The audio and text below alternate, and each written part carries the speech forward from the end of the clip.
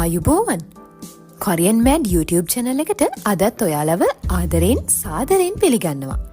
ඉතින් කොරියානු භාෂාව සහ කොරියාව පිළිබඳව ඔයාලට තොරතුරු අරගෙන එන අපි අද කියන්න යන්නේ කොරියාවේ ප්‍රධානම උත්සව දෙකෙන් එකක් වන සොල්නාල් පිළිබඳව. සොල්නාල් කියන්නේ මොකක්ද? සොල්නාල් වලට කොරියානුවන්ගේ කෑම බීම වත් පිළිවෙත් මොන වගේද? ඒ වගේම සොල්නාල් වලට සුබ පතන හැටිත් අපි අද වීඩියෝ එකෙන් කතා කරනවා. ඉතින් වීඩියෝ එක අවසානය වෙන තෙක් රැඳිලා ඉන්න.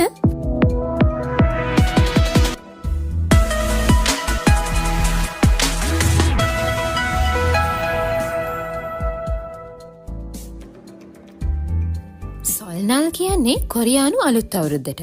ශ්‍රී ලාංකිකයින් ජනවාරි 1 වෙනිදාට වගේම අප්‍රේල් මාසෙදිත් අලුත් අවුරුද්ද සමරනවා වගේ කොරියානුවන්ටත් කොරියානු චීන අවුරුද්දක් වෙනම තියෙනවා. කොරියාවේ යංරයොක් සහ අම්රයොක් කියලා කැලෙන්ඩර් දෙකක් පාවිච්චි කරනවා. ඒ ගැන අපි මීට කලින් කරපු චූසොක් වීඩියෝ එකෙන් විස්තර බලා ගන්න පුළුවන්. ඒ ගැන දැනගන්න ඕනේ අය චූසොක් වීඩියෝ එක බලන්න. ඉතින් මේ යංරයොක් කැලෙන්ඩර් එක කියන්නේ අපි සාමාන්‍යයෙන් පාවිච්චි කරන කැලෙන්ඩර් එකට. ඒ යංරයොක් කැලෙන්ඩර් එකේ අලුත් අවුරුදු දවස ජනවාරි 1 වෙනිදාට වුණාට කොරියානු අලුත් අවුරුද්ද සමරන්නේ අම්රයොක් කැලෙන්ඩර් එකේ 1 වෙනි මාසේ 1 වෙනිදාට. ඉතින් හැමදාම සොල්නාල් යෙදෙන්නේ අම්රයොක් 1 වෙනි මාසේ 1 වෙනිදාට වුණාට අපි සාමාන්‍යයෙන් පාවිච්චි කරන යංරයොක් කැලෙන්ඩර් එකේ සොල්නාල් යෙදෙන්නේ එක අවුරුද්දේ එක දවසට. 2026 අවුරුද්දේ පෙබරවාරි 17 වෙනිදාට සොල්නාල් යෙදිලා තිබුණා වුණත් 2025 අවුරුද්දේ සොල්නාල් තිබුණේ ජනවාරි 29. එහෙම වෙන්න හේතුව තමයි යංරයොක් සහ අම්රයොක් කැලෙන්ඩර් වල අවුරුද්දට තියෙන දින ගණන වෙනස් වීම. ජනවාරි 1 වෙනිදාත් අලුත් අවුරුද්දක් වුණාට ඒ දවසට සොල්නාල් කියන්න බෑ. ඒ දවසට කියන්නේ ශින්යන් නැත්තම් සේහේ කියලා. අවුරුද්දේ 1 වෙනි දවස නිසා සේහේ චොත්නාල් කියලාත් කියනවා. සුබ අලුත් අවුරුද්දක් වේවා කියලා අවුරුද්දට කරන සුබ පැතුම කොරියානු භාෂාවෙන් කියන්නේ සේහේ බුක් මානි පදසයෝ කියලා. ඒ සුබ පැතුම නම් එකම විදිහට ජනවාරි 1 වෙනිදාට වගේම සොල්නාල් එකටත් කියනවා. සොල්නාල් ගැන තවත් ගැඹුරට කතා කරොත් මේ සොල්නාල් වලට ඉස්සර කාලේ වොන්ඩන්, සේසු, යොන්දු වගේ තවත් වචන පාවිච්චි කරලා තියෙනවා. ඒ වගේම ජපානයේ යටත් විජිතයක්ව තියෙන කාලේ කොරියානුවන්ට අම්රයොක් සොල්නාල් සමරන්න දුන්නේ නෑ කියලා තමයි සඳහන් වෙන්නේ. ඒ කියන්නේ කුජොන් කියන කොරියානු අවුරුද්ද සමරන්න අවසර ලැබිලා නැහැ. සින්ජොන් කියන ජනවාරි 1 වෙනිදාට යෙදෙන අවුරුද්ද විතරයි එයාලට සමරන්න අවසර ලැබිලා තියෙන්නේ. ඉතින් මේ වගේ තවත් ගැඹුරු වචන පිටරටියන් වෙන අපට එච්චරම වැදගත් නැති නිසා අපි සරල සාමාන්‍ය විදියට විස්තර දැනගමු. දැන් අපි බලමු මේ සොල්නාල් නිවාඩුව යෙදෙන විදිය ගැන. සාමාන්‍යයෙන් සොල්නාල් දවසට කලින් දවස සහ පස්සේ දවස එකතු වුණාම නිවාඩුව දවස් 3ක් තියෙනවා. ඒ දවස් 3 සතියන්තයට ළඟ යෙදුනොත් නිවාඩුව දින 5ක් 6ක් දක්වා දීර්ඝ වෙන අවස්ථාවක් තියෙනවා. මේ වගේ දීර්ඝ නිවාඩු වලට යන්යෝ කියලා කියනවා. ඒ අනුව මේ සොල්නාල් වෙනුවෙන් ලැබෙන නිවාඩුවට සොරයන්යෝ කියලාත් කියනවා. උත්සව කාලවලට ම්යොන්ජල් කියලා පාවිච්චි කරන නිසා ඒ අර්ථයෙන් සොල්ම්යොන්ජල් කියලාත් කියනවා. ඔයාලත් කැමති ඇතිනේ කොරියානුවන් සොල්නාල් එකට මොකද කරන්න කියලා දැනගන්න. වෙන වෙනම පදිංචි වෙලා ඉන්න දරු මුණුබුරන් අලුත් ඇඳුම් පැළඳුම් කෑම බීම අරගෙන සොල්නාල් එකට කලින් දවසේ මහ ගෙදරට එනවා. හැමෝම එකතු වෙලා විනෝද වෙමින් කෑම බීම හදමින් කාලය ගත කරනවා. අවුරුද්දට හදන කෑම අතරින් ප්‍රධානම ආහාරය තමයි තුග්ගුක් කියන සුප් එක. ඊට අමතරව විවිධ චොන් වර්ග හදනවා. හෝබක් චොන්, කිම්චි චොන්, පෝසොත් චොන් වගේ විවිධ චොන් වර්ග ඔය අතරේ තියෙනවා. මේ චොන් වර්ග රසයි වගේම ගුණයි. මේ අතරේ කියන්න ඕනි නුක්තු චොන් කියලා මුං ඇටවලින් හදන චොන් එක අපේ ලංකාවේ වඩේ රසයට සමාන රසයක් තමයි තියෙන්නේ. කොරියාවේ ඉන්න අයත් කොරියාවට එන්න හිතාගෙන ඉන්න අයත් හොයාගෙන මේක කාලා බලන්න. ඉතින් සොල්නාල් දවසේ උදේට අලුත් ඇඳුමින් සැරසෙනවා.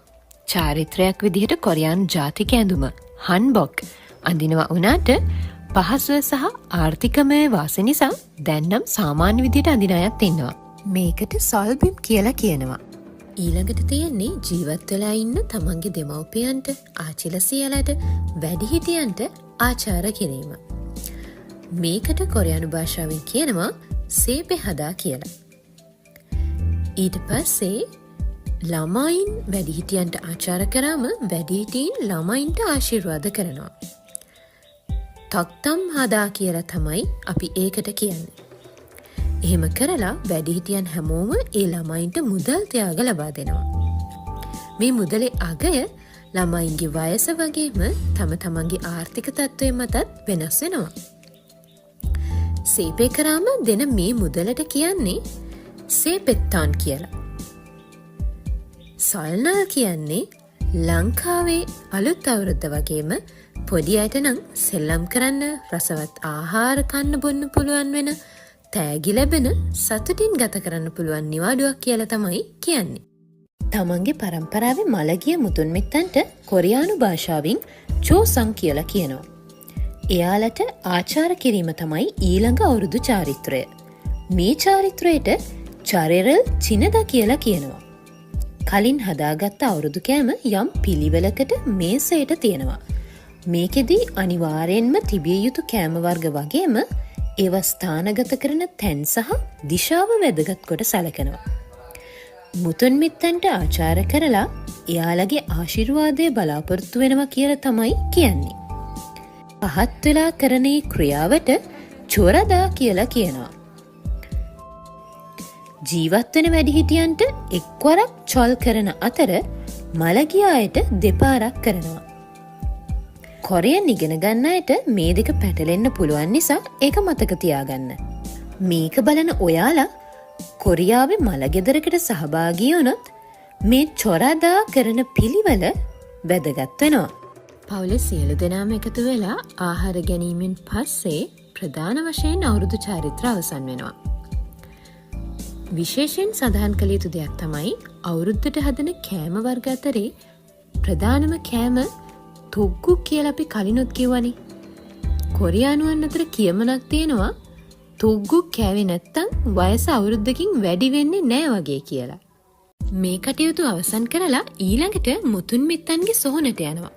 ඒකට සොම්ය හදා කියලා කියනවා. සෝජු හෝ මක්කොල්ලි සමග පළතුරු, කරවල වගේ කීප ජාතියක් අරන් ගිහින් යම් ක්‍රමයකට තියලා එතනත් ආචාර කරලා මල් වලින් සරසලා තමයි එන්නේ. කලින් ගිහින් සොහොන් පිරිසිදු කරලා වල් නෙලලා මේ විදිහට මල් තියලෙන කොරියානු සොහොන් බලන්න ලස්සනයි. අපේ රටේ සොහොනක තියෙන අපිරිසිදු වල් බිහුණු ගතිය මෙහි කිසිම සොහොනක දකින්න ලැබෙන්නේ නැහැ. බලන්න මමම ගිහින් වීඩියෝ කරපු මේ සොහොනක තියෙන පිරිසිදුකම සහ පිළිවෙල.